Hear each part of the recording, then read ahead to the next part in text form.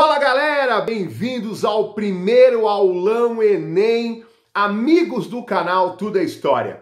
Aqui quem vos fala não é o delegado da Cunha, é o professor Hilário Xavier, que inclusive eu tirei a barba para o povo continuar enchendo meu saco dizendo que eu tô parecendo com o delegado da Cunha que também tirou a barba. Meus caros, hoje eu sou, além do professor que vai dar aula de história para vocês, eu sou o anfitrião, o cara que vai apresentar essa gente boa que aceitou o meu convite. Só professor top.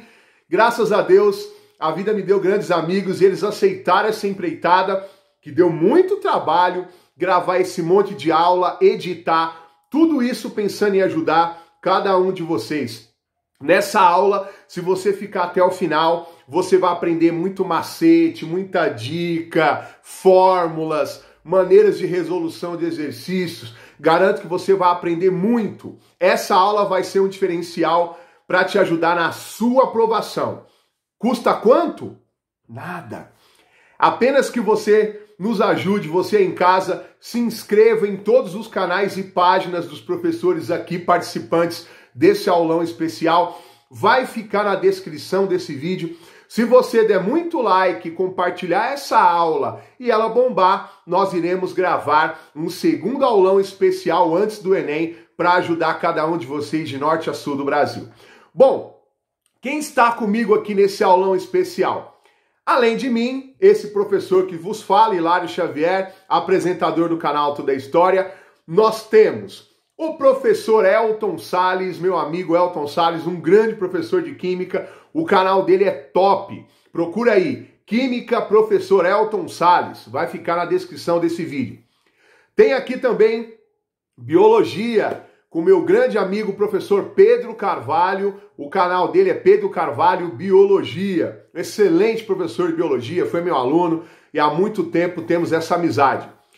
Tem aqui também o canal Estude Hard Física com o professor Telmo. O Telmo é meu grande amigo, sou suspeito, excelente professor de Física lá do Espírito Santo.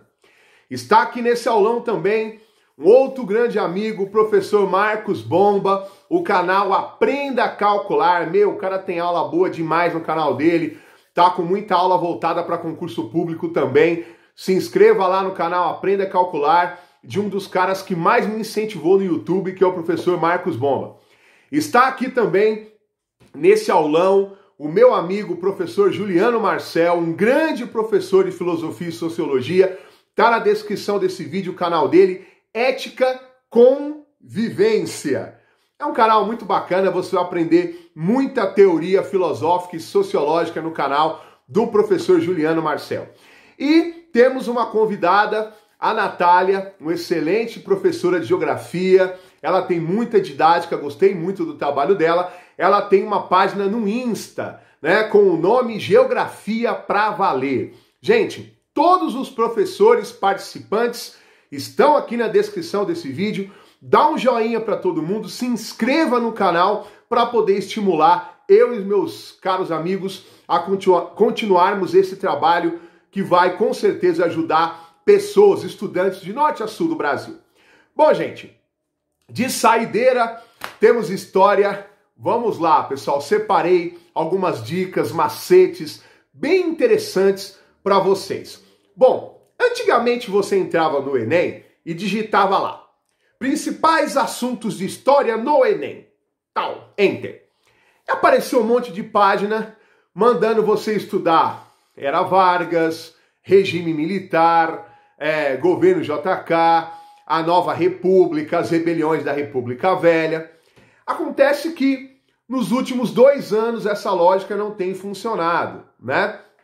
Não estou eu dizendo aqui que tem alguma carga ideológica por parte do atual governo, não vou fazer tal acusação, mas acontece que aquela lógica dos assuntos que estávamos acostumados no Enem não tem ocorrido. Tem assuntos de história que, inclusive, fogem um pouco do eixo tradicional. Então, senhores, eu fiz uma listagem de assuntos focada em cima de datas comemorativas, de assuntos que há algum tempo não caem no Enem, está na hora de voltar a cair, e preparei essa listagem para que você tome nota e foque os seus estudos em cima desses acontecimentos dessas dicas que eu vou passar para vocês. Lembrando que grande parte delas você encontra aulas no canal Tudo é História. Bom, meus caros, minha primeira dica para vocês, conforme eu for listando, o Thiago vai colocar aqui para vocês tomarem nota. Primeira dica, pessoal, nós temos 150 anos da unificação da Alemanha. Ah, professor, mas a unificação da Alemanha quase nunca caiu no Enem. No Enem do passado. Essa nova prova, com esses assuntos que normalmente não são cobrados, é muito plausível que a unificação da Alemanha, né, a Alemanha, aliás, já completou 150 anos, que o Otto von Bismarck, o grande líder da unificação da Alemanha, ele conseguiu unificar com uma mescla de diplomacia e uma série de guerras. Ele unificou os 39 estados que falavam alemão, decretando o Segundo Reich, o Segundo Império Alemão. Então, leia bastante. Algo me diz que vai cair no Enem alguma pergunta sobre a unificação da Alemanha. O canal Tudo é História tem uma aula com esse título, 150 anos da unificação da Alemanha. Aproveitem.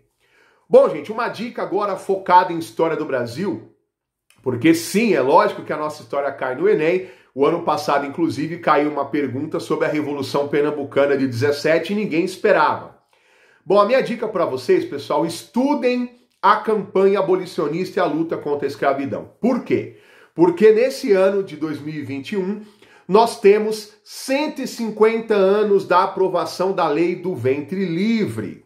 A Lei do Ventre Livre foi a primeira lei abolicionista da nossa história. Logo após a Guerra do Paraguai, a princesa Isabel, muita gente não sabe que foi ela que assinou a Lei do Ventre Livre, libertando toda criança negra nascida de mãe escrava a partir de 1871, lógico, depois de algumas regras. No primeiro momento, a criança ficava com um fazendeiro até 8 anos de idade, depois ele decidia se venderia essa criança para o Estado, que compraria a liberdade da criança e a criaria até a maioridade, ou o fazendeiro podia fazer uso da mão de obra desse menino ou dessa menina até que ele atingisse a maioridade. Fique esperto, 150 anos da lei do ventre livre, eu acho que vai cair alguma pergunta ligada à campanha abolicionista no Enem. Faz tempo que não cai abolicionismo, tá na hora de cair de novo. O canal Tudo é História possui uma aula, né, sobre a lei do ventre livre. Aproveite, tá bom? Vamos lá, olha quanta dica bacana, hein? Gente, mais uma dica para os senhores. Faz muito tempo que não cai Segunda Guerra no Enem. E nesse ano especificamente, por que eu acredito que vai cair perguntas de Segunda Guerra no Enem? Porque tem algumas pistas que me dizem isso. Nós temos o aniversário de 80 anos de 2 episódios importantíssimos da Segunda Guerra Mundial. Nós temos o aniversário de 80 anos da invasão nazista da União Soviética, quando Hitler quebra o pacto de não agressão e invade a União Soviética, arrastando Stalin para a Segunda Guerra no bloco dos aliados. E nós temos 80 anos do ataque japonês à base de Pearl Harbor, no Havaí. Esse ataque fez com que os Estados Unidos, até então um país neutro, adentrasse na guerra também no bloco dos aliados. Esses 2 episódios determinaram a derrota da Alemanha nazista, porque aumentou consideravelmente as forças rivais da Alemanha dentro do bloco dos aliados. Então vai por mim, estude muito tudo que tem a ver com Segunda Guerra Mundial, porque algo me diz que vai cair perguntas de Segunda Guerra na edição desse ano. Faz muito tempo que não cai, tá na hora de cair Segunda Guerra no Enem. Eu tenho uma aula de 1h10 no meu canal, pessoal, completíssima, uma das mais completas que você vai achar no YouTube, uma guerra de Segunda Guerra Mundial com teoria e resolução de exercícios. Corre lá para assistir depois de assistir todas as aulas desse aulão, tá bom? Bom, agora, gente, a minha principal dica para vocês, tá? Levem a sério. Guerra Fria.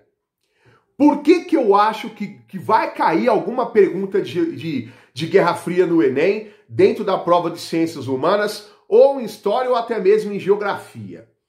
Porque, gente, dentro desse tema Guerra Fria, que é muito amplo, né? Já que a Guerra Fria vai de 46, com a doutrina Truman, até 1991, com a desintegração da União Soviética, nós temos vários assuntos dentro dessa temática: guerra bipolar, Estados Unidos versus União Soviética, comunismo versus capitalismo.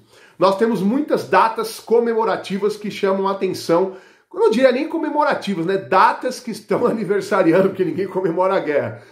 Mas nós temos 60 anos da criação do Muro de Berlim, o maior símbolo da Guerra Fria. Ele foi construído em 61, aquele muro tenebroso que dividia a Berlim Oriental comunista da Berlim Ocidental capitalista. O maior símbolo da Guerra Fria porque ele foi o símbolo dessa ordem bipolar, né? A Alemanha estava dividida entre capitalismo e comunismo porque o mundo estava dividido entre o bloco capitalista e comunista. Esse tenebroso muro está comemorando aí 60 anos da sua... Comemorando não, nós temos o aniversário de 60 anos da construção do Muro de Berlim, tá bom? No canal Tudo é História tem uma aula explicando toda a história envolvendo o Muro de Berlim. Assista! Bom, outra data envolvendo Guerra Fria. Nós temos 35 anos do acidente nuclear de Chernobyl. Eu não estou vendo nenhum professor aí comentando isso, mas é um assunto importante porque mostra o início do colapso soviético. A sua principal usina nuclear foi pelos ares por falta de manutenção, lá em Chernobyl, né, na Ucrânia. Era a menina dos olhos dos soviéticos. Essa usina foi pelos ares, liberando radiação que atingiu vários países. Até hoje lá tem preocupação com aquilo, um sarcófago enorme em cima de Chernobyl. Fiquem espertos, tá? 35 anos do acidente nuclear de Chernobyl. Possivelmente vai cair no Enem. Teve série de sucesso há pouco tempo abordando Chernobyl. Algo me diz que pode cair alguma coisa sobre isso. E nós temos também, gente, 30 anos do término da União Soviética. A União Soviética, a principal rival dos Estados Unidos na Guerra Fria, Mikhail Gorbachev e Boris Yeltsin foram os responsáveis por desintegrar a União Soviética em 1991, depois do fracasso, né, da abertura controlada do Glasnost e Perestroika. Então estudem tudo que envolvem os acontecimentos referentes ao término da União Soviética e à independência dos países do bloco, tá bom? E como dica final, pessoal, aí uma dica de história e geografia, nós temos também 30 anos da Guerra do Golfo. Estados Unidos e os seus aliados atacaram o Iraque por conta do Iraque ter invadido o Kuwait atrás das reservas petrolíferas do pequenino Kuwait, tá bom? 30 anos da Guerra do Iraque, a Guerra do Golfo, tá bom? O canal Tudo é História também tem uma aula dos 30 anos da Guerra do Golfo.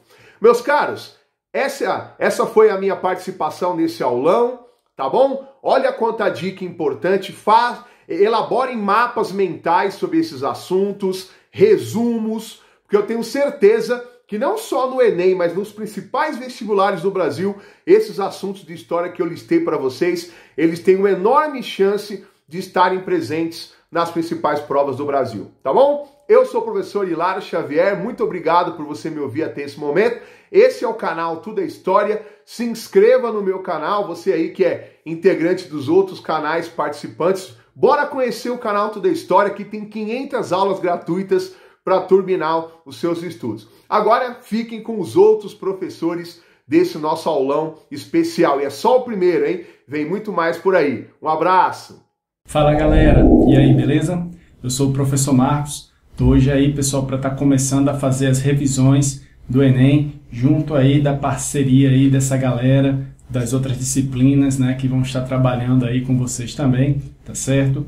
E aqui no canal vou estar colocando muitas questões, então se você ainda não está inscrito no canal Aprenda a Calcular, o link desse vídeo vai estar aí na descrição, tá certo?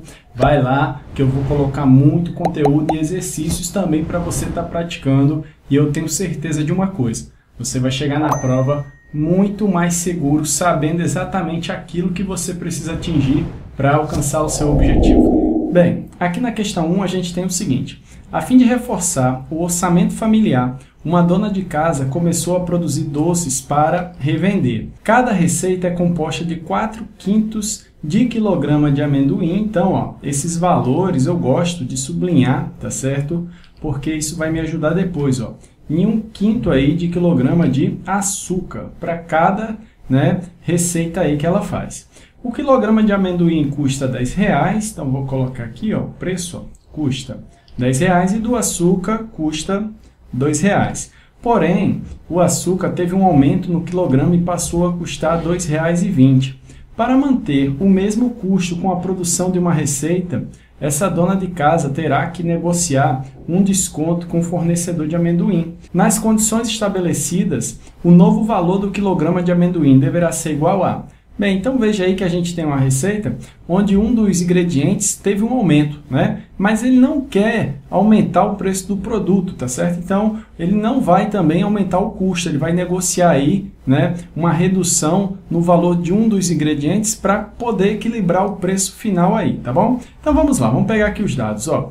Primeiro de tudo, a receita é composta de 4/5 de quilograma de amendoim. Então, vou colocar aqui, ó, amendoim, ok? Amendoim, ó, ele diz que é quanto? 4/5, então vou botar aqui, ó, 4/5 de 1 quilo, tá? A receita. Além do amendoim, também tem o açúcar. O açúcar, ó, ele coloca aí quanto? Coloca que é R$2 o quilo do açúcar, tá? Então aí, ó, e ele usa na receita 1/5 de quilograma. Então vou botar aqui, ó, 1/5 de quilograma. O preço do amendoim R$10 o quilo, tá? Então aqui eu vou botar dentro de parênteses, ó, R$10.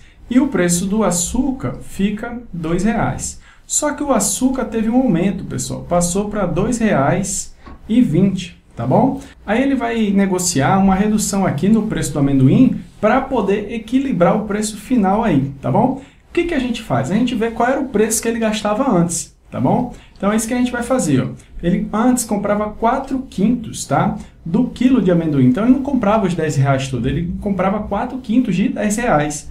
Para fazer esse cálculo aqui, ó, é bem facinho, é só fazer assim, ó, 4/5, preposição na matemática é multiplicação, 4/5 de 10, ok? Embaixo de todo número tem 1, ó, aí eu multiplico o de cima vezes o de cima e o de baixo vezes o de baixo. Fica 40/5, isso é igual, ó, a R$8. Então, esse era o preço que ele gastava para produzir uma receita com amendoim, R$8. E com açúcar era 1/5 de R$2, tá? Isso era antes, 1/5 de R$2. Então, vou calcular aqui, ó, 1/5 de, ó, preposição e multiplicação, R$2, tá? Embaixo de todo número tem 1. Isso aqui, pessoal, vai dar a mesma coisa que R$2 dividido aí para 5. Se você fizer essa divisão, você vai achar aqui 40 centavos. Eu vou colocar aqui embaixo, tá? Vai ficar aí, ó, 40 centavos. Ou seja, o preço total, vou botar aqui, ó, preço total antes, tá? Preço total antes era de 8 mais 40. Para produzir a receita, ele gastava R$8,40, beleza? Esse é o preço que ele gastava aí. Só que como teve um aumento, o que acontece? Não vai ser mais R$8,40. Eu tenho que ver quanto que ele vai gastar agora com açúcar, tá? Que foi, ó, para R$2,20. Então, não vai ser 1/5 de 2, vai ser 1/5 de R$2,20. Vou calcular aqui em cima. Vou botar aqui, ó, 1/5 de R$2,20. Embaixo todo número tem 1. Vai ficar 1 vezes R$2,20 dá R$2,20 dividido por 5. Se você fizer essa divisão, vai dar 44 centavos. Ou seja, pessoal, agora ele gasta 44 centavos só com açúcar, tá certo? Quanto que ele vai poder gastar com amendoim para dar os mesmos R$8,40 de antes? Aí que está a sacada, tá? Então, você vai pegar aí os R$8,40, beleza? E vai subtrair dos 44 centavos. Quer dizer que ele pode gastar, pessoal, com amendoim agora, R$ 7,96, tá certo? E para a receita ele precisa de 4/5 de amendoim, tá? Então, eu vou colocar aqui, ó, fica assim. 4 partes do amendoim que ele precisa, né? De cada 5 ele precisa de 4. Vai ter que sair por R$ 7,96. O quilo todo, que são as 5 partes, vai ser quanto? Não sei. Chamo de quê? Chamo de X. Esse x vai me dar o valor total aí do amendoim, das 5 partes que compõem o quilo, tá ok? Aí aqui eu vou fazer meio pelos extremos, ó, vai ficar 4 vezes x. Vou botar aqui do lado, vai ficar 4x. E aqui vai ficar 5 vezes 7,96, que é igual a R$ 39,80. Aí o 4 está multiplicando, vai passar para o outro lado dividindo, beleza? Divide aqui por 4, ó. Eu tenho que x vai ficar igual a quanto? X vai ficar igual a R$ 39,80 dividido aí por 4. Fazendo essa divisão, pessoal, a gente vai achar quanto aí? A gente vai achar 9,95, tá bom? Esse vai ser aí o preço do quilo do amendoim, tá bom? O que vai nos dar como resposta a letra E, beleza? Então é isso, galera. Vamos lá agora para a nossa questão número 2. Foi feita uma pesquisa sobre a escolaridade dos funcionários de uma empresa. Verificou-se que 1/4 dos homens, então vou botar aqui, ó, 1/4 dos homens que ali trabalham têm um ensino médio completo, enquanto 2/3 das mulheres que trabalham na empresa têm um ensino médio completo. Constatou-se também que entre todos os que têm um ensino médio completo, metade são homens. A fração que representa o número de funcionários homens em relação ao total de funcionários dessa empresa é? Bem, veja que aqui ó, ele deu a chave aí da nossa charada. Constatou-se também que entre todos os que têm ensino médio completo, metade são homens. Ora, se a metade dos que têm ensino médio completo são homens, a outra metade é mulher. Com isso, eu sei que o número de homens que têm ensino médio completo e o número de mulheres que têm ensino médio completo são iguais, tá? Então, eu posso igualar as frações. Eu posso dizer aqui que, por exemplo, 1/4 dos homens, que é a metade, né, que tem ensino médio completo, vai ser igual a 2/3 da quantidade de mulheres, tá bom? E quando eu somar aqui, gente, ó, quando eu fizer homens mais mulheres, isso vai dar todas as pessoas aí, o 100%. E 100% a gente pode dizer que é 1, tá certo, gente? A gente pode dizer que é 1, porque 100% é 100 dividido por 100. E 100 dividido por 100 é igual a 1, tranquilo? Aí forma um sisteminha, ó. Eu posso pegar aqui, por exemplo, e trazer aqui, ó, isolando, ó, mulheres é igual a 1 menos a quantidade de homens. Esse homem, ó, trouxe para o outro lado negativo. E com isso eu substituo lá em cima, tá certo? Vou pegar outra equação aqui e vou substituir. Onde tem mulher eu vou achar o valor. Eu vou colocar o valor que eu coloquei aí para mulher, tá certo? Então vai ficar assim, ó. Eu vou ter aqui, ó, 1/4 de homens vai ser igual a 2/3 do número de mulheres, que é 1 menos a quantidade de homens, ok? A gente pegou dessa equação, método da substituição dos sistemas, tá bom? Aqui embaixo eu sei que tem 1, né? E aí eu vou usar distributivo, ó. Vou distribuir a multiplicação. Vai ficar 1/4 dos homens, vai ser igual a 2 vezes 1, 2, 2 vezes menos h, menos 2h, e 3 vezes 1, 3. Agora eu vou fazer meio pelos extremos, ó. Aqui vai ficar 1h vezes 3, vai dar 3h, tranquilo? E 4 vezes 2, fazendo a multiplicação agora já direto, ó, vai dar 8. E 4 vezes menos 2h vai dar menos 8h. Esse h aqui está negativo, né? Esse 8h, vou passar para o outro lado positivo. Vai ficar 3h mais 8h. Isso vai ser igual a quanto? Isso vai ser igual a 8. E 3 mais 8 vai ser igual a 11, né, pessoal? Então vai ficar 11h igual aí a 8. Fazendo a operação, a gente chega aí que a quantidade de homens é 8 dividido em 11 partes, beleza? Então, das 11 partes, 8 são homens, que é o que ele pediu aí na questão. Resposta correta, letra E. Tranquilo? Muito bem, pessoal. Mais uma questãozinha aí. Lembrando, lá no canal, vai lá, o link está na descrição aí do canal. Vou colocar muito conteúdo para quem vai fazer o Enem com exercício para praticar. Então, se está gostando, vocês já estão mais que convidados a fazer parte lá do canal. Sejam bem-vindos à família, tá certo? Muito bem, galera, vamos lá, questão número 3 agora. Muito bem, pessoal, agora a gente vai aqui na nossa questão 3, tá ok? Que a gente tem o seguinte, ó. Durante a Segunda Guerra Mundial, para decifrarem as mensagens secretas, foi utilizada a técnica de decomposição em fatores primos. O número n é dado pela expressão 2 elevado a x vezes 5 elevado a y vezes 7 elevado a z, na qual x, y e z são números inteiros não negativos. Sabes que n é múltiplo de 10 e não é múltiplo de 7, tá ok? Aí o que ele pergunta? O número de divisores de n, diferente de n, é... Bem, pessoal, como que a gente vai estar resolvendo isso aí, tá? Tem um segredinho para você achar a quantidade de divisores de um número que é perfeito. Ó. Você pega aí, por exemplo, 20, tá bom? E faz a fatoração do 20, ó. 20 dá por 2, que vai dar 10, por 2, que vai dar 5, e por 5, que vai dar 1. Depois, o que eu faço, pessoal? Ó, eu aqui, ó, pego os fatores que são iguais, né? Então, eu tenho 2 duas vezes, é 2 ao quadrado, vezes 5, que apareceu apenas uma vez. E esses expoentes é que vão me dar a quantidade de divisores. É só você pegar o expoente e sempre somar mais 1. Isso mesmo.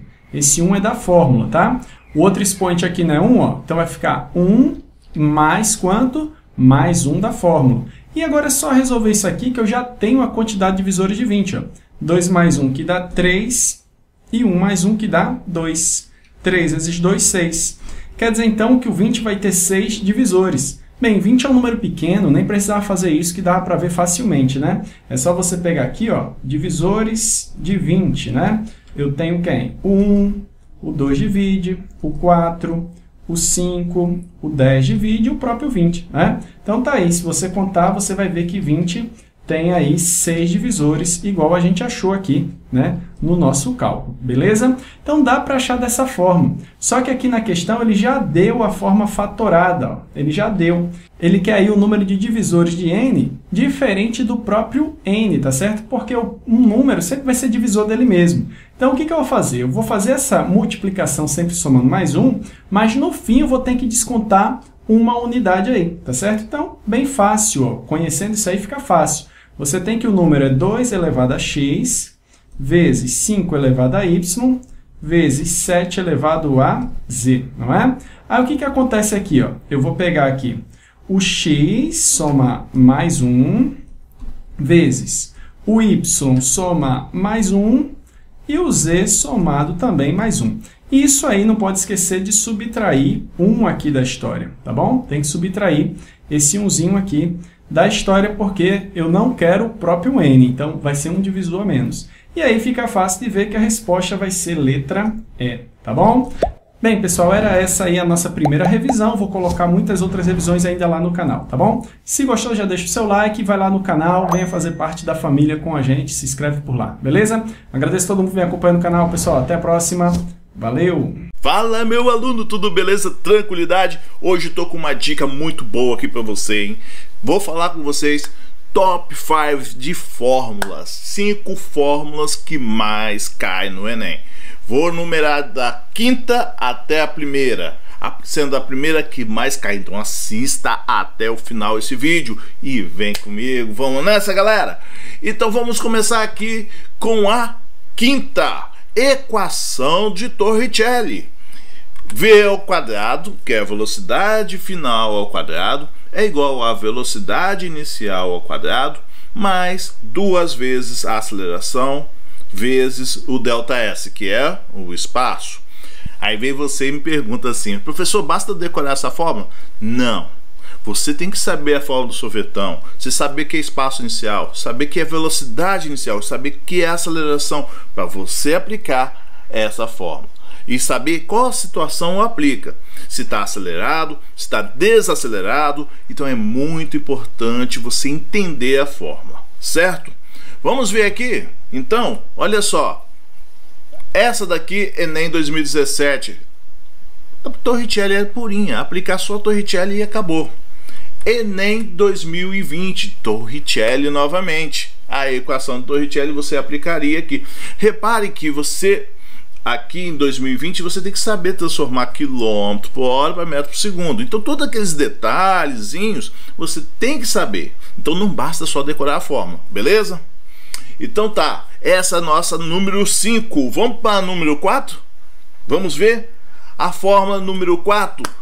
Velocidade de propagação de ondas. Ondas todo ano tem uma questão, seja teórica ou seja com a aplicação dessa fórmula aqui. Velocidade é igual a lambda vezes f. Ou seja, a velocidade de propagação de uma onda é igual ao comprimento de onda vezes a frequência.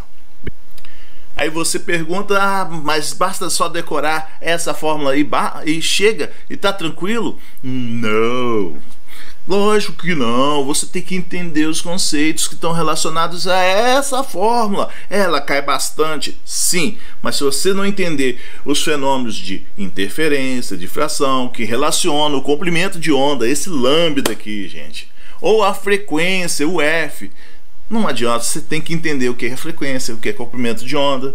Vamos ver uns exemplos. No Enem Digital, por exemplo, nós temos aqui um fenômeno de interferência. Então você tem que sacar de comprimento de onda.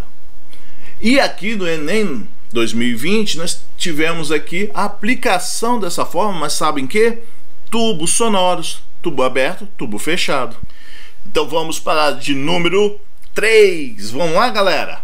3 vem corrente elétrica. Corrente elétrica ela é igual a variação de carga dividido pelo tempo, ou seja, a carga dividido pelo tempo. Você acha a corrente elétrica.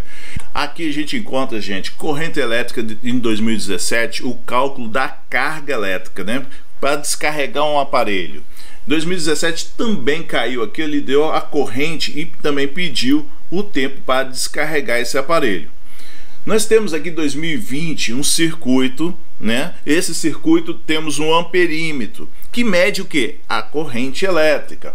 Aqui em 2018 também nós temos um fusível e temos um circuito que a gente tem que analisar a corrente elétrica e a tensão, certo? E aqui nós temos um circuito paralelo que a gente também vai identificar a corrente elétrica. Então, corrente elétrica, gente, ela não vai cair somente a fórmula, ela vai cair no circuito. Então você estuda o circuito, entenda o circuito em série, o circuito paralelo, para você não errar questões que envolvam a corrente e tensão elétrica, né? Também, certo? Vamos agora para a fórmula que mais aparece no Enem.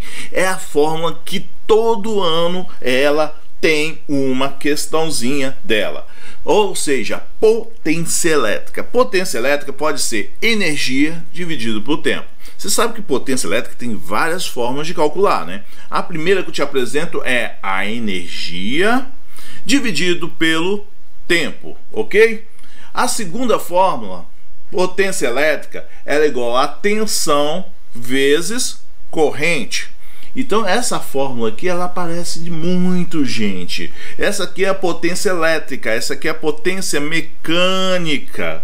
E temos também a potência térmica, que é a quantidade de calor recebida ou cedida dividido pelo tempo. Todas elas aqui, gente, relacionam o que? Energia dividido pelo tempo, certo? Então nós temos aqui as 3 fórmulas de potência que aparece de muito. Vamos ver? Olha só, Enem Digital, nós temos aqui uma questão de potência que envolve BTU. Enem 2020, reaplicação, nós temos uma questão aqui de potência de chuveiro. No Enem 2020 nós temos uma questão de potência que envolve potência térmica. E aqui, ó, potência hidrelétrica, também questões que tem aqui no canal. Nós temos potências aqui diversas, potência térmica de novo, e aqui, ó, nós temos a potência elétrica. E vamos lá, vamos ver a primeiríssima, a fórmula que mais cai no Enem. Vamos ver? Lei de Ohm, U é igual a R vezes I. Gente, como eu falei para vocês, a fórmula se só ela não cai. Você tem que saber tensão, circuito de série, circuito paralelo. Você tem que saber aplicar de acordo com a situação que aparece. Se na situação ela aparece no circuito em série, você tem que saber que a tensão ela é dividida e a corrente é o que? É a mesma. Se o circuito é paralelo, o que você tem que saber? A corrente se divide, mas a tensão é a mesma. Então, essa fórmula da primeira lei de Ohm, ela cai bastante, certo? E aqui a prova disso, nós temos aqui no Enem 2020 um circuito e você aplica a primeira lei, mas só que você está vendo aqui que é um circuito que está em série. No Enem 2017 tem um gráfico que você aplica também a primeira lei de Ohm. Aqui Enem 2018 também gráficos, ó, que você tinha que relacionar. E em 2019 nós temos também a lei de Ohm, que você aplicaria, mas temos um circuito agora em paralelo. Então não basta saber somente a fórmula, você tem que saber que é um circuito paralelo, um circuito em série. E aqui também em 2018 já falei. Então galera, fique ligado com isso. Essas são as top 5 de física. Espero que vocês tenham gostado dessa aula. Deixa aí depois seu comentário e vamos arrebentar. Valeu! Olá, aluna! Olá, aluno! Tudo bem? Eu sou a professora Natália França, professora de Geografia do perfil Geografia pra Valer. E venho aqui, né, através de um convite pra lá de especial do canal Tudo é História. Bom, o meu papel hoje aqui é contar 3 dicas para você de como estudar para o Enem, né, através da geografia, como a geografia pode aí alavancar a sua nota, tá bom? É claro, né, você vai ficar aqui até o final desse vídeo, porque lá no final eu vou te dar uma dica bônus. Sabe aquela dica que vai fazer você turbinar os seus estudos e sair na frente dos seus concorrentes? Então, exatamente essa. Então faz o seguinte, pega aí papel e caneta para você anotar tudo e sair na frente, tá? Nos seus estudos. Gente, a primeira coisa que eu quero falar com vocês é uma pergunta que eu volta e meia recebo, tá? Por onde começar a estudar geografia? Nossa, me perguntam muito, né? Eu fiz um top 3 aqui de conteúdos para você começar a estudar geografia, porque são conteúdos que eu super classifico como tranquilos. Bom, para você que tem dificuldade, tem meio ranço assim, eu tenho certeza que com essas dicas você vai... Não precisa mais geografia, mas precisa entender, né? Para chegar lá na hora da prova e gabaritar. Então, olha só. Primeira dica. Comece estudando por geografia agrária. Segundo tópico, população. E terceiro tópico, urbanização. Bom, não tô dando essas dicas à toa, porque esses três conteúdos costumam cair bastante. E o Enem, ele é muito, muito incrível. O que ele vai fazer? Ele vai descrever um conceito, por exemplo, e vai pedir para você o nome do conceito. E aí, fácil ou difícil essa questão, hein? Bom, temos aí uma série de questões que são assim. Mas, professora, então como eu começo a estudar essas matérias, né? A minha dica é, primeira coisa que você vai fazer, por exemplo, vamos começar aqui com geografia agrária. Você vai pegar a geografia agrária e vai ver todos os conceitos e vai fazendo as suas anotações, tá. Fez as anotações? Aí você começa a leitura mesmo, começa a entender, faz as suas observações, o que aconteceu em tal data, o que foi Seis Marias, qual foi a importância das capitanias hereditárias, como isso, né? Quais são as consequências disso no Brasil de hoje. A partir daí você vai fazer o quê? Depois que você anotou os conceitos e fez os seus resumos, né? Você vai fazer o quê? Uma linha cronológica. Por que fazer uma linha cronológica? Porque isso vai ficar o quê? De fácil memorização e de visualização. Então, para você entender como, né, se estruturou toda aquela história que você fez o resumo, que você estudou, vai ficar o quê? Muito mais fácil, tá? Então, anote os conceitos, faça uma linha cronológica e, é claro, né, se esbanje de exercícios. Não faça 10, não faça 20, não faça 50, tá? Faça 100, faça 120 exercícios. Por quê? Porque é dessa forma que você vai entender como a banca funciona, tá? Então fazer provas anteriores é muito importante, tá? E o próximo passo, né? Como contextualizar, né, a geografia. Porque eu vejo também que é uma dificuldade muito grande que os alunos têm de contextualizar. Nossa, professora, mas eu vou lá, estudo. Mas para contextualizar, para entender isso no dia a dia é muito complicado. Então, lá vai mais uma dica, tá? Como você vai fazer isso? Foi lá, pegou o conceito, vamos supor aí, de urbanização. E um dos conceitos lá é metrópole. Aí você vai se colocar, né? O que é metrópole? Uma cidade importante, uma cidade de referência. Aí você vai se perguntar, e a minha cidade? Será que a minha cidade é uma cidade de referência? Vou dar o meu exemplo. Rio de Janeiro. Rio de Janeiro é uma metrópole aí nacional. Então, eu sei que vai exercer influência em outros estados. A cidade em si do Rio de Janeiro vai influenciar outros municípios, né, outras cidades aqui ao redor. Logo, nós teremos a região metropolitana. Então, quando eu entendo o que significa a palavra metrópole e coloco o meu exemplo da minha cidade, gente, eu já estou internalizando aquele conceito. E aí, quando a gente consegue contextualizar para si, né, no nosso dia a dia, cara, a gente começa a voar, sabe? A gente não perde muito tempo. E aí isso vai facilitando o quê? A sua compreensão. E claro, né, com os exercícios, você vai o quê? Você vai mandar super bem na prova, tá? E mais uma dica aqui em relação aos exercícios, gente. Façam gabaritos comentados, né? A gente sabe aí que o Enem tem 5 alternativas. E justifique cada uma, porque é isso que vai fazer diferença, tá bom? Inclusive, você que está estudando aí para o Enem, eu tenho um e-book, tá? Esse e-book vem aí com as últimas 7 provas do Enem, dos últimos 5 anos, todas, né, com questões de geografia, todas com gabaritos comentados, tá? Qualquer coisa, corre lá no meu perfil e fala comigo. E agora vem a hora do bônus, E o que eu quero, né, te falar de tão genial, de tão incrível. É o seguinte, gente, eu não sei se você sabe, talvez sim, talvez não, mas o Enem, ele simplesmente utiliza fontes jornalísticas. Exatamente. E eu vou te dar aqui 4 fontes jornalísticas, que é aqui, ó, batata de cair. Bom, primeira fonte é DW Brasil, depois a gente tem BBC, a gente tem Jornal Globo e a gente tem Diplomatique, né, que é um jornal francês.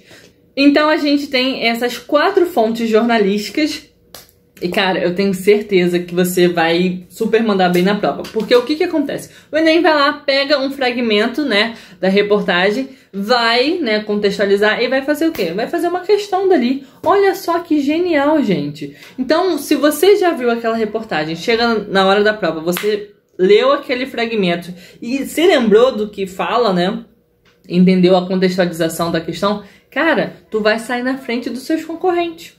Com certeza. Então eu vou repetir as fontes. O Globo, DW Brasil, BBC Brasil e Diplomatique, tá bom? E é bom também vocês irem acompanhando esses jornais, né, esses perfis, né, do Instagram que eles também têm, porque você já vai estar o quê? Estudando a atualização. Porque você vai estar o quê? Estudando a atualidade. E é claro, né, a gente sabe que a atualidade super cai no Enem também, tá bom? Bom, gente, é isso. Eu super agradeço o convite de estar aqui. Eu super agradeço você estar assistindo. Eu espero que você tenha anotado todas as dicas, né? E não se esqueçam, vai lá no meu perfil Geografia Pra Valer e com certeza tem muitos conteúdos bons. E eu quero sim tirar todas as suas dúvidas pra você chegar no Enem, né, e arrasar. Porque se não for pra arrasar, a gente nem sai de casa. É isso, galerinha. Beijo e até a próxima. Tchau, tchau. Olá, pessoal do canal Tudo é História. Aqui quem fala é o professor Pedro Carvalho, do canal Professor Carvalho Biologia. Muito obrigado pelo convite do meu grande amigo, o professor Hilário. Então vamos lá, mandar bala, falar um pouquinho sobre os assuntos mais cobrados em Biologia no Enem e quais são os meus palpites, né, para o que deve aparecer aí na prova de 2021.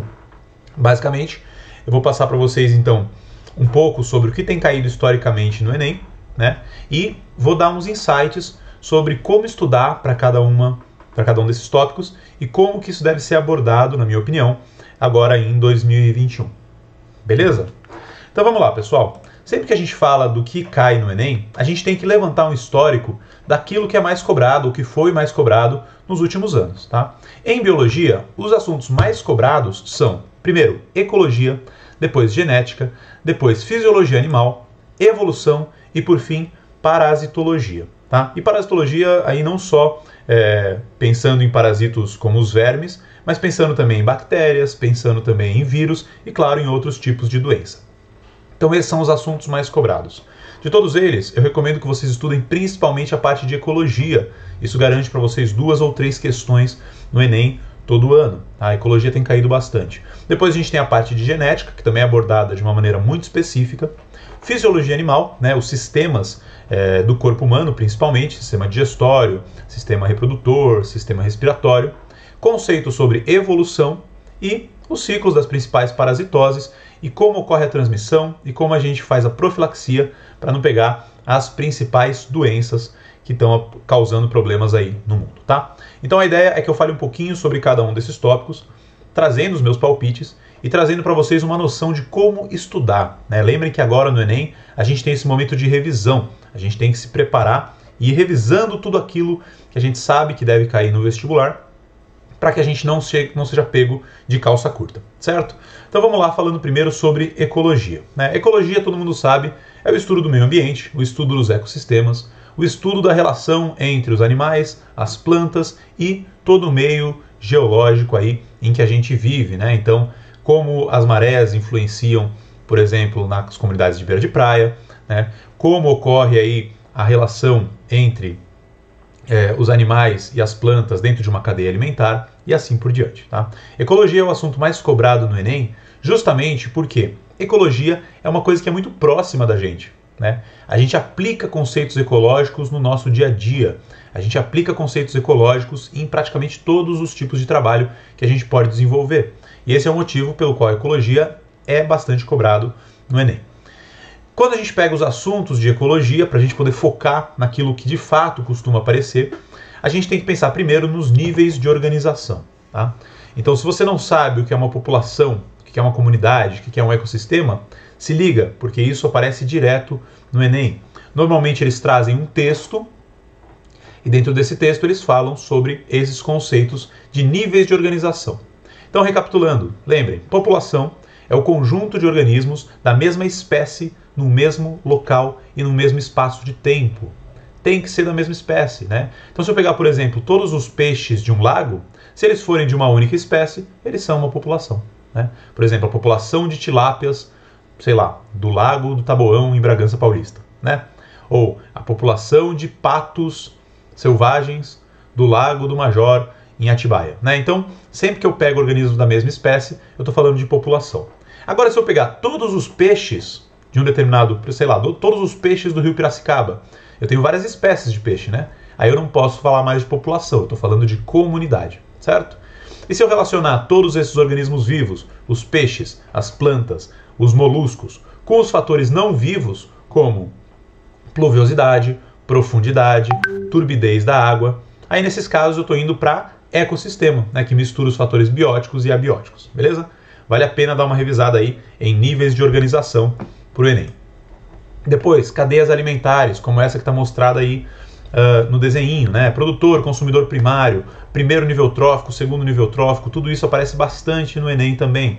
Tanto pode aparecer um desenho esquemático, como esse, como pode aparecer também um texto. E nesse texto pedir para vocês definirem quem é o produtor, quem é o consumidor primário, quem é o consumidor secundário, né? Nada muito difícil, mas tem que ficar ligado na hora de ler o texto, tá? Porque pode causar uma certa confusão. Querem um exemplo bem prático? Uns anos atrás caiu uma questão no Enem que falava sobre um mosquito.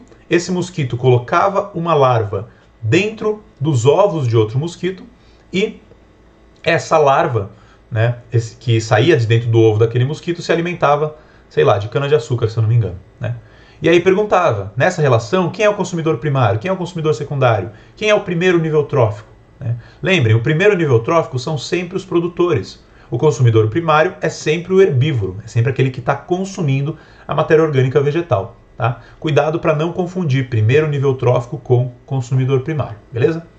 Além disso, pode cair alguma questão relacionada à energia ao longo das pirâmides, né? Lembrem que a energia sempre é decrescente.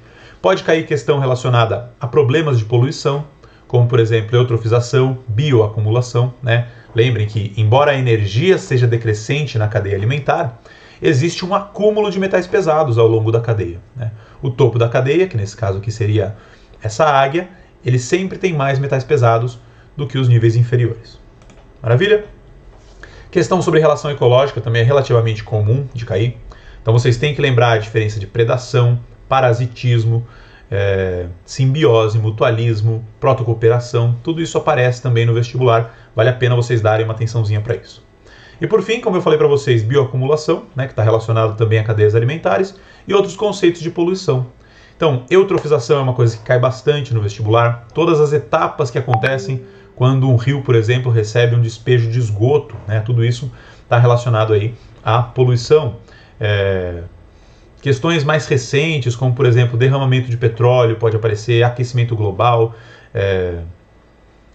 enfim, acidificação da água, tudo isso, tudo, né, maré vermelha, tudo que está relacionado à poluição são temas recorrentes, tá? Isso aqui não esgota o assunto de ecologia, mas são os tópicos mais cobrados no Enem, beleza? Na sequência, pessoal, genética. A gente sabe que genética tem coisas bem complexas, né? A gente entra desde a parte de replicação e transcrição do DNA, até aqueles cálculos de probabilidade. Mas se liguem, no Enem, o que deve aparecer de genética é lei de Mendel, simplesmente isso, tá? O que mais aparece é lei de Mendel. Pode aparecer lei de Mendel de duas maneiras. Primeiro, caindo aquelas questões mais simples de azão, azinho, né? E uma outra maneira também são os heredogramas. Heredogramas são aquelas árvores genealógicas que colocam dentro de uma questão e aí tem lá um quadradinho pintado que indica que a pessoa tem uma doença, tá? E aí o que você tem que lembrar sempre quando cai uma questão sobre leis de Mendel é identificar, primeiro, se essa doença é uma doença autossômica recessiva ou dominante, né? Isso vai fazer com que você consiga analisar toda a questão. Se for uma doença dominante, lembre que ela vai aparecer tanto nas pessoas que forem azão ou azinho. Agora, se ela for uma doença autossômica recessiva, lembrem que ela só vai aparecer nos representantes azinho. Lembrem ainda que sempre que eu tiver um casal de recessivos que manifestam a doença, todos os filhos vão ter também, beleza? Então, em genética, foquem em lei de Mendel, não se preocupem em focar em outras coisas que as outras não costumam aparecer no Enem, certo? Não deve aparecer linkage, né? Não deve aparecer, enfim, replicação, transcrição de DNA, não é muito comum, tá? Foquem principalmente nas leis de Mendel. Fisiologia animal, aí está um dos assuntos que é mais cobrado no Enem também, tá? E que também aparece em vários outros vestibulares. Fisiologia animal é basicamente o estudo de todos os sistemas do nosso corpo, né? E também do corpo dos outros animais. No Enem, dificilmente tem caído questões que relacionam organismos diferentes, né? Não tem caído muitas questões falando sobre como é o sistema urinário dos insetos. Isso é mais cobrado em outros vestibulares, como FUVEST, Unicamp, gosta de cobrar bastante essas questões de fisiologia comparada. No Enem costuma aparecer fisiologia animal focada no ser humano, certo? Fisiologia animal focada nos nossos sistemas. Lembrem, o Enem sempre tenta trazer as questões para a nossa realidade. Então, em fisiologia animal, foquem em fisiologia humana. E quais sistemas? Primeiro, sistema digestório, pessoal. O sistema digestório tem caído muito. Então, você tem que lembrar quais são todos os órgãos do sistema digestório.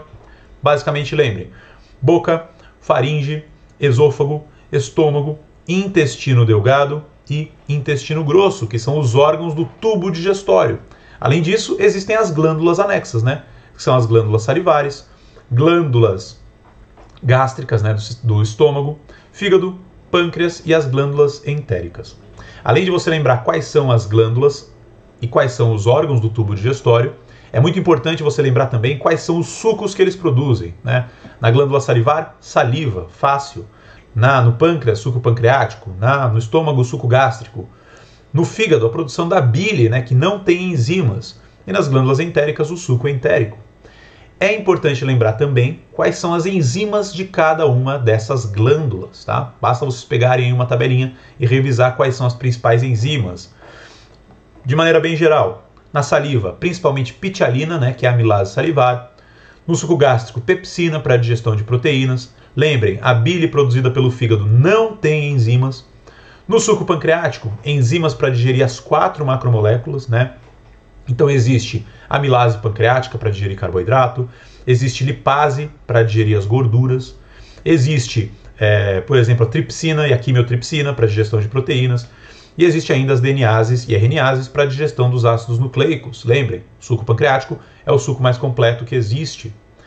Mas se a bile, né, voltando ali um pouco para o fígado, se a bile não tem enzimas, qual é a função da bile? Lembrem, pessoal, a bile ela é tipo um detergente, ela serve para emulsificar as gorduras, fazer com que as gorduras possam aí se misturar ao bolo alimentar, certo? Se misturar à água, lembrem, tem uma ação detergente, beleza? Sobre sistema respiratório, mesma coisa, é importante lembrar dos órgãos do sistema respiratório, é importante lembrar também do funcionamento do diafragma, da contração e do relaxamento. Dica, lembrem que quando a gente inspira, o nosso diafragma desce para aumentar o volume da nossa caixa torácica. E quando a gente solta o ar, a gente tem aí uma subida do diafragma, tá? Não confundam isso. Sistema circulatório, tem que lembrar diferenças de artérias e veias, tem que lembrar das câmaras do nosso coração. Lembre que os ventrículos direitos estão do lado esquerdo do desenho e os ventrículos esquerdos estão do lado direito do desenho, né? Então é invertido o lado direito e esquerdo, porque é como se você estivesse olhando uma pessoa com o peito sendo aberto. Fora isso, é importante lembrar sobre sangue, né? Lembrar sobre as hemácias, lembrar sobre glóbulos brancos, lembrar a função das plaquetas e assim por diante, tá? Então, temos aí esses 3 sistemas que mais caem. E por fim, o sistema endócrino tem aparecido aí de maneira meio esporádica no Enem, mas se a gente está focando em gabaritar as questões de biologia, é importante a gente dar uma olhadinha para esse sistema também. Tá? E aí no sistema endócrino você vai lembrar quais são as glândulas principais do nosso corpo e quais os hormônios que elas produzem. Né? Então lembrem da hipófise, que é a nossa glândula mestra, que vai produzir GH, TSH, FSH, LH, ACTH, tá? Todos esses hormônios aí com suas funções específicas. Lembrem da tireoide, lembrem do pâncreas, né, produzindo insulina e glucagon, lembrem das paratireoides e lembrem das glândulas adrenais ou suprarrenais, produzindo aí adrenalina, né, o córtex produzindo corticoides e assim por diante, tá? Quando a gente fala de sistema endócrino, produção de FSH e LH, é importante vocês darem uma olhadinha também em ciclo menstrual, né? Então, quais são os hormônios de produção hipofisária, que são FSH e LH, e quais são os hormônios de produção gonadal, né? Tanto os hormônios produzidos pelos ovários como os testículos. Então lembrem aí das alterações de progesterona, de estrógeno, produção de testosterona e principalmente do ciclo menstrual, né? Como que altera-se aí a produção de LH, a produção de FSH, o que causa cada um dos aumentos desses níveis hormonais no corpo feminino, tá? Então isso é muito importante, beleza? Em evolução, que também é um tema cobrado bastante no vestibular, a coisa que mais cai é darwinismo versus lamarckismo. Então é importante que você tenha na cabeça o que é a seleção natural, qual que é a ideia de Darwin e qual que é a ideia de Lamarck. Esse desenho aqui embaixo das girafas mostra bem isso pra gente, né? A ideia do Lamarck, que as girafas ficavam esticando o pescoço e por isso eles iam crescendo. E a ideia do Darwin, né, que é uma ideia diferente, que os indivíduos nascem com pescoços de tamanho aleatório, ou nascem com características aleatórias, e os menos adaptados morrem e os mais adaptados sobrevivem, tá? Não esqueçam disso, pessoal. Não é a única coisa que cai, tá, em evolução. Pode cair também aquela questão de órgãos análogos e órgãos homólogos, né? Então, um braço de um ser humano e uma asa de morcego são mais próximos do que a asa de um morcego e uma asa de borboleta, né? Porque o que importa pra gente é a origem, o que importa pra gente é a homologia e não a analogia. Lembrem que asas de morcego e asa de borboleta são órgãos análogos, que têm a mesma função, que é o voo. Agora, o braço de um ser humano e uma asa de morcego têm a mesma homologia, a mesma origem, já que os dois possuem os mesmos ossos e têm a mesma origem embrionária, tá? E por fim, uma outra coisa que pode aparecer também são os órgãos vestigiais, né? Os órgãos vestigiais, como por exemplo o apêndice, dente do siso, que não tem mais função, teoricamente, no nosso corpo, eles são importantes para mostrar como a evolução ocorreu, né? Para mostrar que existiam ancestrais da gente, por exemplo, que utilizavam o apêndice, que utilizavam o dente do siso, como os demais órgãos vestigiais. Beleza? E por fim, uma questão que é bastante cobrada no Enem, são as questões relacionadas à parasitologia e às doenças. Tá? Para isso a gente tem que lembrar, primeiro, quais são os principais agentes etiológicos? Pessoal, por favor, não confundam agente etiológico com agente transmissor. Se cair lá no vestibular, qual é o principal agente etiológico da dengue? E isso aparece direto no Enem e nos principais vestibulares. Não vão colocar mosquito, hein? Pelo amor de Deus. Mosquito é transmissor. O agente etiológico é quem causa a doença. No caso da dengue, é o vírus da dengue.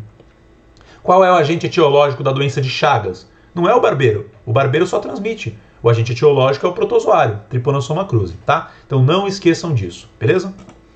No mais, ciclo das principais parasitoses. Então isso é uma coisa que é cobrada de maneira recorrente. Ciclo da esquistossomose, ciclo da teníase, diferença de teníase e cisticercose, aparece bastante. Além, é claro, das principais viroses, e aí fica um palpite aí para esse ano, né? AIDS é a virose que mais aparece no vestibular, então não me surpreenderia nada se a AIDS caísse. Dengue tem aparecido nos últimos anos também, de maneira recorrente. Ebola, a gente teve um surto de ebola aí uns anos atrás, e não apareceu tanto no vestibular ainda, então pode ser que apareça já no Enem. E claro, né, Covid-19, pessoal, se liguem principalmente na data. Quando uma doença começa a se espalhar na população, ela normalmente não cai no vestibular naquele ano, ela cai no ano seguinte, né? Então Covid-19 começou a se espalhar ano passado, a gente teve surtos epidêmicos, né, bem grandes, e ela apareceu de maneira meio discreta no Enem e nos principais vestibulares, mas agora é muito provável que apareça bastante, tá? Então se liguem, se você tem ainda alguma dúvida sobre Covid, esclareça essas dúvidas, dê aí uma pesquisada, tem bastante material bom para vocês lerem. Sobre Covid, é esperado que caia questões relacionadas aos sintomas, questões relacionadas à transmissão e principalmente questões relacionadas à vacina. Então você sabe qual é a diferença da vacina da Pfizer, da vacina da AstraZeneca, da vacina da Janssen? Você sabe qual que é a diferença de uma vacina de RNA? Qual que é a diferença de uma vacina de adenovírus, né? Então isso é muito importante. Essas peculiaridades provavelmente vão ser cobradas e claro que eles vão fazer uma relação de tudo isso com aquilo que é comum para a gente estudar no ensino médio, que é a sorologia básica de todas as vacinas. Como funciona uma vacina, como funciona o soro, qual a diferença de uma vacina que tem imunização ativa ou de um soro que tem a imunização passiva. Então isso tudo é muito importante, tá? Lembrem que os soros contêm os anticorpos e as vacinas vão conter os antígenos. As vacinas vão estimular o nosso corpo a criar aquela memória imunológica. Usem isso para resolver as questões do Enem, que eventualmente venham aí falando sobre vacinas, eventualmente de ebola, de Covid-19. A gente teve aí recentemente uma vacina desenvolvida para AIDS, que está sendo testada. Então tudo isso são coisas que podem aparecer no Enem. Beleza, galera? Bom, no mais, ficam aí os meus contatos, né? É claro que sempre que a gente fala do que cai no Enem, a gente traz meio que um apanhado, tá? Eu espero que seja útil para vocês, bons estudos. Qualquer dúvida sobre biologia, quando vocês estiverem estudando, entrem em contato. Um grande abraço, pessoal do canal Tudo é História. Um grande abraço, Thiago. Um grande abraço, Hilário. E a gente se vê em breve. Falou, pessoal. Grande abraço. Fala, galera. Meu nome é professor Juliano Marcel. Eu sou professor de Filosofia e Sociologia. Eu estou aqui para deixar para vocês algumas dicas importantes relacionadas a essas duas áreas para que vocês possam mandar muito bem na prova do Enem. Bom, a primeira coisa muito importante que eu sempre faço essas ressalvas aos meus alunos é de que eles possam se atentar à leitura dos textos bases e também do enunciado. Então eu vou dar algumas dicas aqui no que diz respeito a perspectivas que envolvem tanto a área da filosofia e sociologia e de uma certa forma que pode te ajudar nas áreas das ciências humanas como um todo, ok? Bom, o que é muito importante você se atentar? A respeito da filosofia, eu diria e sugeriria, porque é o que eu faço com os meus alunos, que você possa de alguma forma no seu caderno fazer uma linha temporal cronológica. Isso é muito importante e ajuda muito você se situar como um candidato na leitura do texto, quais ou onde será enquadrado esse tema que está sendo proposto no enunciado e o texto base que está sendo utilizado como referência, certo? Então o que você faz? Pega o teu caderno e coloca lá as 4 fases do período histórico da filosofia. Nós temos uma primeira fase que é filosofia antiga, segunda fase, filosofia medieval, terceira fase, filosofia moderna e quarta fase, filosofia contemporânea. Ao dividir esses períodos históricos, vai ser muito importante e um facilitador para que você possa, na leitura do texto base, na leitura dos enunciados, se localizar, ainda que você de repente não recorde do tema que foi trabalhado pelo filósofo, pelo autor daquele período do texto base citado, mas se você conseguir se localizar dentro do quadro histórico, dessa linha temporal, isso pode ajudar muito você na elaboração e na identificação da alternativa correta. Então aqui é uma dica extremamente importante, ok? Pega o seu caderno, divida em 4 fases: filosofia antiga, filosofia medieval, filosofia moderna e filosofia contemporânea. Segunda dica, o que você vai fazer? As principais ideias que estão propostas em cada período. Isso é muito importante, ok? Então, majoritariamente o período antigo, eu vou dar dica para você já, no período antigo, os temas envolvem sempre algo relacionado à sabedoria, conhecimento, política e ética. Sempre associado sabedoria e ética ao viver bem. Tanto em Platão quanto Aristóteles, a própria filosofia helênica, os estoicos, os epicuristas, são autores que vão trabalhar com essa perspectiva da dimensão a respeito do viver bem, viver de forma sábia, como alcançar a sabedoria e também associar a sabedoria às questões políticas e éticas. Isso é muito importante. Na filosofia medieval que nós temos, nesse período de transição, os temas centrais envolvem sempre uma discussão sobre fé e razão, ok? Fé e razão. Isso é muito importante com o que você tem em mente. Então, se você pegar Santo Anselmo, Agostinho, São Tomás de Aquino, Santo Ambrósio, eles vão discutir sempre algo relacionado às dimensões que envolvem essa dicotomia entre fé e razão. E pensar a respeito de fé e razão associado a um olhar social, a um olhar político. Como que se traduz essa vida vivida para poder buscar a Deus e conhecer a Deus também nas dimensões políticas e sociais. Por isso que Agostinho vai falar sobre a cidade dos homens e a cidade de Deus, e o Santo Anselmo também vai abordar as perspectivas que envolvem uma dimensão política e também algo relacionado à sabedoria, mas também Tomás de Aquino vai abordar as questões que envolvem as provas da existência de Deus, as 5 vias para que se possa provar a existência de Deus. Então isso é muito importante. Na filosofia moderna, o que nós temos aí nessa perspectiva os temas que envolvem o racionalismo, certo? Empirismo e também uma perspectiva de dimensão política com os contratualistas. Aí uma dica importante, hein? Maquiavel, Thomas Hobbes, John Locke e Jean-Jacques Rousseau são filósofos extremamente importantes para que você possa abordar essas questões de dimensões do contratualismo e a dimensão teoria política do Estado. Isso é muito importante nesse período. E aí nós temos a filosofia contemporânea, certo? Nós temos aí Nietzsche, nós temos o próprio Foucault, nós temos Jean-Paul Sartre, são alguns pensadores extremamente importantes dentro desse contexto. E o tema central da contemporaneidade é discutir justamente uma perspectiva que envolve ciência, razão e também algo relacionado a uma vida ética, tá bom? Então, se dividiu esses 4 períodos históricos, são períodos fundamentais pelos quais você deve se atentar, se preocupar. Você que não conseguiu se preparar ao longo de todo o ano, vai fazer agora no final desse semestre, ao longo desse semestre, os seus estudos. Então faça essa divisão, porque ao pegar um enunciado ou um texto base que aplica esse contexto, vai ser um facilitador para que você possa se localizar e identificar nas alternativas aquela que é a resposta correta. Agora, uma outra dica extremamente importante, aqui uma segunda dica dentro do contexto. Primeiro, faça uma linha temporal. Segundo, é extremamente importante você ler o enunciado primeiro, ok? Não leia o texto base. Primeiro você vai para o enunciado e muita atenção, identifique no enunciado o que ele está pedindo, qual que é a pergunta, o que ele deseja. Para que você depois, lendo o enunciado, ao localizar a pergunta ou identificar o que ele está pedindo, circula, grife, marque, para que você possa então voltar para o texto base, ler o texto base, o excerto do texto, e aí um texto do autor, um poema, alguma coisa, ou uma charge vai ser proposta para você possa fazer uma leitura. Você vai voltar para esse texto base já com a informação do que você tem que encontrar. Por que isso é importante? Porque normalmente na hora do nervoso, principalmente na prova de humanas, a gente faz uma leitura muito longa, muito extensiva e é muito cansativo. Então o nosso olhar já fica com o olhar cansado. Então é importante você ir direto para o enunciado, identifica o problema, identifica a pergunta, aí você vai para a leitura do texto, para que no texto você já localize aquilo que o enunciado está pedindo. Porque senão você vai ler o texto base, ler o enunciado e voltar novamente para o texto base. E aí é perca de tempo. E numa prova do Enem, no vestibular, você tem que ganhar tempo. Quanto mais você ganhar tempo, mais tempo você tem para responder as outras alternativas. Ok?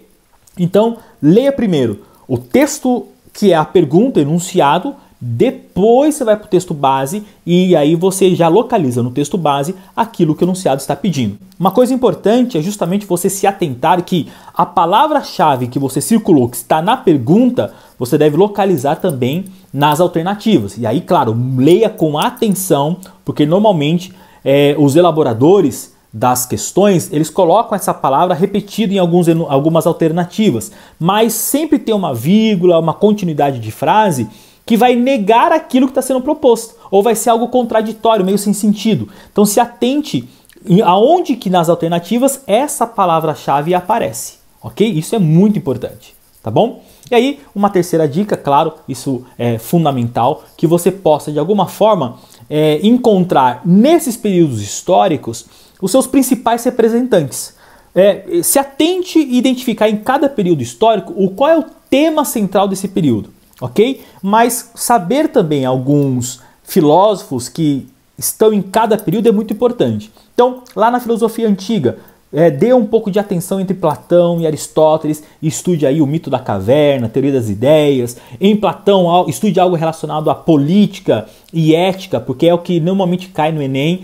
Você vai depois do período medieval, você tem aí para estudar Santo Agostinho e São Tomás de Aquino, são os dois principais, ok? No que diz respeito a Agostinho, a teoria da iluminação divina, e a teoria política, Cidade de Deus, Cidade dos Homens, e no que diz respeito a Tomás de Aquino, você pode se dedicar para estudar um pouco e conhecer aquilo que diz respeito às 5 vias como provas da existência de Deus. Na filosofia moderna, que trabalha com as questões que envolvem a ciência, o saber, as dimensões da retomada da metafísica, você pode ler René Descartes, também ler John Locke, os empiristas, né? Racionalistas, René Descartes, os empiristas, John Locke e David Hume, que trabalham com as ideias da sensação, como que nós podemos conhecer a partir das experiências, ok? E também dê um pouco de atenção a um cara muito importante que é relacionado à teoria ética e epistemológica, chamado Immanuel Kant.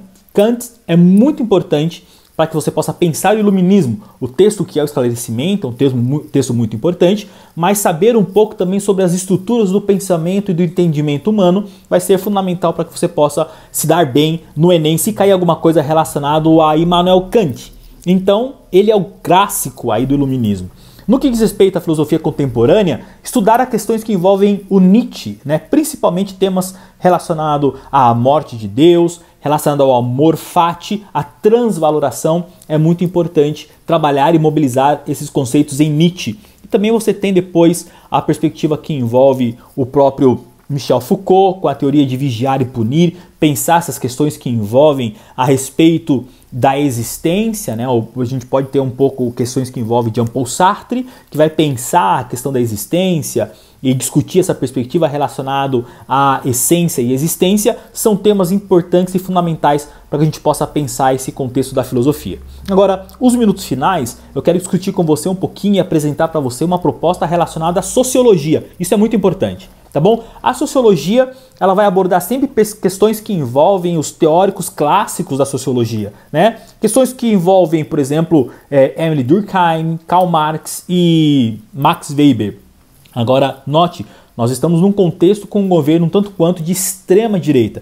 Pode ser que questões que envolvam teorias de escola marxistas não apareçam na prova, tá bom? Mas isso não quer dizer que você não tenha que dar uma devida atenção à leitura a essas escolas marxistas, como a Escola de Frankfurt, né, Theodor Adorno, Max Horkheim, Habermas, são temas importantes para que você possa compreender também a ideia da indústria cultural. No ano passado, por exemplo, foi discutida as perspectivas que envolviam o processo de democratização do cinema. E você poderia mobilizar a indústria cultural para elaborar essa sua redação do Enem para você discutir essa temática. Então é importante conhecer a escola de Frankfurt, tá bom? Isso é muito importante. Agora, uma questão importante na sociologia é pensar as dimensões que envolvem cidadania, direitos humanos, os próprios movimentos sociais. A gente está tendo uma discussão muito forte a respeito do racismo, né? Teve a condenação do policial responsável e acusado pela morte de George Floyd. Então as questões que envolvem racismo, preconceito, a violência contra a mulher, as perspectivas que envolvem os direitos humanos é muito importante, sempre está presente nas discussões relacionadas à sociologia. Agora, as questões que envolvem cultura, isso é muito importante, educação, política, poder, Estado, o próprio trabalho e produção, mas não numa perspectiva que possa ser de uma certa orientação marxista, mas pode cair algo relacionado às questões neoliberais e principalmente também do empreendedorismo. Isso é muito importante, está sendo muito discutidas as questões que envolvem o próprio empreendedorismo e tal, mas você pode também mobilizar, se cair, por exemplo, uma questão que envolve a elaboração de redação, você pode discutir a questão da precariedade do trabalho, a uberização do trabalho, são temas importantes para você trabalhar e mobilizar, articular esses conceitos para poder aparecer na tua redação. Com questões como liberdade, informação e acesso às redes são temas também que nós temos conversado muito, que pode estar presente também no Enem. Principalmente algo relacionado às redes sociais e às mídias digitais. Qual é o limite entre o indivíduo e o coletivo e também algo que envolve as redes sociais? Qual é a influência e quais são os pontos positivos e negativos relacionados às mídias sociais, né? Fake news, isso apareceu há 2 anos atrás no Enem, questão da pós-verdade. Então esses temas são recorrentes na sociologia. Lembre-se sempre, Durkheim, ele parte do pressuposto de que existem os fatos sociais que são exteriores ao indivíduo, são gerais e são coercitivos, certo? Isso é muito importante você lembrar. Em Max Weber, ele trata com a ação social, a ação do indivíduo. Aí nós temos a ação racional referente a fins, a ação racional referente a valores, nós temos também a ação emotiva ou por emoção e a ação por tradição. Lembre-se que Max Weber é aquele que faz uma análise do capitalismo, mas ele não faz uma crítica ao capitalismo como Karl Marx faz. Weber parte do pressuposto de que o que possibilita o capitalismo é justamente o espírito do protestantismo. Então a ética protestante, a forma de viver, de conduzir a vida, é o que vai permitir colaborar à expansão do capitalismo na Europa. Então são questões e dicas rápidas que eu quero deixar para vocês vocês possam gravar, para que vocês possam mandar muito bem, e o meu desejo é que você possa tirar uma alta nota nas áreas de humanas, ok? E eu quero deixar para vocês também o endereço do meu canal no YouTube. Você pode me localizar lá, você digitar no campo de pesquisa, ética, convivência, você vai me localizar, professor Juliano Marcel. O nome, né, do canal está Ética com vivência, ok? Então você vai localizar Ética com Convivência, vai ter minha foto. Você vai ter muitos vídeos relacionados à filosofia, sociologia, história, ciência da religião, teologia. São temas importantes, são conteúdos fundamentais que vão te auxiliar para que você possa mandar muito bem, ampliar seus conhecimentos, e o meu desejo é que você alcance o sucesso.